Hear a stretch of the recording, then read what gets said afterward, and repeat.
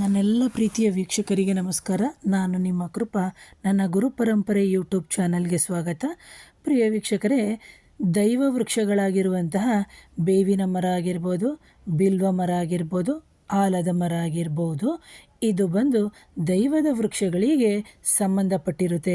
ಪ್ರಿಯ ವೀಕ್ಷಕರೇ, ಇದರಿಂದ ನಾವು ಮಹಾಲಕ್ಷ್ಮಿಯ ಕಟಾಕ್ಷ ಅಥವಾ ನಮಗೆ ಬೇಕಾಗಿರುವಂತಹ ದಿವ್ಯ ಚೈತನ್ಯವನ್ನು ಹೇಗೆ ಪಡೆದುಕೊಳ್ಳೋದು ಅಂತ ಈ ವಿಡಿಯೋದಲ್ಲಿ ತಿಳ್ಕೊಳ್ಳೋಣ.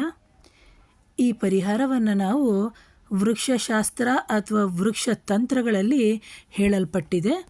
ನಾವು ಕೆಲವೊಂದೊಂದು ನಕ್ಷತ್ರಗಳಲ್ಲಿ ಇಂತಹ ಮರದ ಬೇರನ್ನು ತಂದು ನಮ್ಮೊಂದಿಗೆ ಇಟ್ಕೊಳ್ಳೋದ್ರಿಂದ ನಮಗೆ ಲಕ್ಷ್ಮಿಯ ಕಟಾಕ್ಷವಾಗುತ್ತದೆ.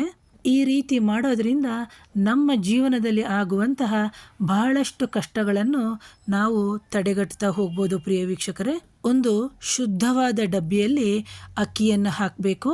ಆ ಅಕ್ಕಿಯಲ್ಲಿ ಯಾವುದೇ ಕಾರಣಕ್ಕೂ ಕಲ್ಲು, ಮಣ್ಣು, ಮರಳು ಆ ಥರ ಇರಬಾರ್ದು.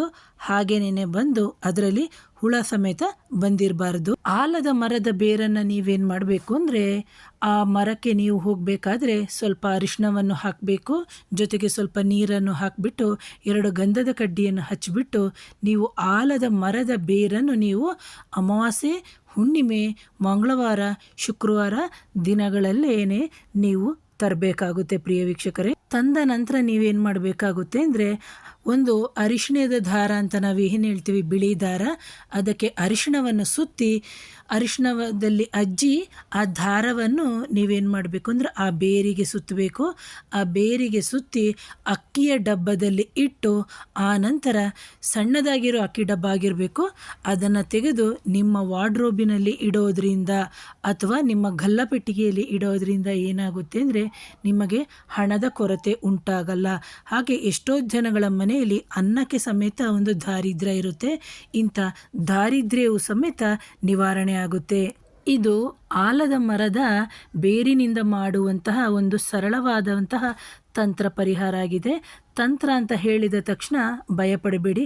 ಯಾಕೆ ನಾವಿಲ್ಲಿ ಅಕ್ಕಿಯನ್ನು ಉಪಯೋಗಿಸ್ತೀವಿ ಅಂತ ಹೇಳಿದ್ರೆ, ಅಕ್ಕಿ ಬಂದು ಲಕ್ಷ್ಮಿಯ ಚಂದ್ರನ ಸಹೋದರಿ ಲಕ್ಷ್ಮೀ ತಾಯಿ. ಹಾಗಾಗಿ ಚಂದ್ರನನ್ನು ಮತ್ತು ಅಂದರೆ ಚಂದ್ರನಿಗೆ ನಾವು ಅಕ್ಕಿಯನ್ನು ಹೋಲಿಸ್ತೀವಿ. ಅಕ್ಕಿ ಮತ್ತು ಆಲದ ಮರದ ಬೇರನ್ನು ಒಟ್ಟಿಗೆ ಇಡೋದ್ರಿಂದ ನಮ್ಮ ಮನೆಯಲ್ಲಿ ಅಭಿವೃದ್ಧಿ ಆಗುತ್ತೆ. ಜೊತೆಗೆ ಅನ್ನಕ್ಕೆ ಕಷ್ಟ ಆಗಲ್ಲ, ಸುಖ, ಶಾಂತಿ, ಸಮೃದ್ಧಿ ನೆಲೆಸುತ್ತೆ. ಪ್ರಿಯ ವೀಕ್ಷಕರೇ, ಯಾರನ್ನು ತಂತ್ರ ಅಂತ ಹೇಳಿದ ತಕ್ಷಣ ನೆಗೆಟಿವ್ ಆಗಿ ಯೋಚನೆ ಮಾಡಬೇಡಿ. ಈ ಸಣ್ಣದಾಗಿರುವಂಥ ತಂತ್ರ ಪರಿಹಾರ ಮಾಡಿ ಅಂತ ಹೇಳ್ತೀನಿ. ಮತ್ತೊಮ್ಮೆ ಮಗದೊಮ್ಮೆ ಧನ್ಯವಾದಗಳು. ಯಾರಾದರೂ ನನ್ನ ಚಾನಲ್ನ ಮೊದಲನೇ ಬಾರಿಗೆ ನೋಡ್ತಾ ಇದ್ದರೆ ದಯವಿಟ್ಟು ಚಾನಲ್ನ ಸಬ್ಸ್ಕ್ರೈಬ್ ಮಾಡಿ, ಶೇರ್ ಮಾಡಿ, ಕಮೆಂಟ್ ಮಾಡಿ.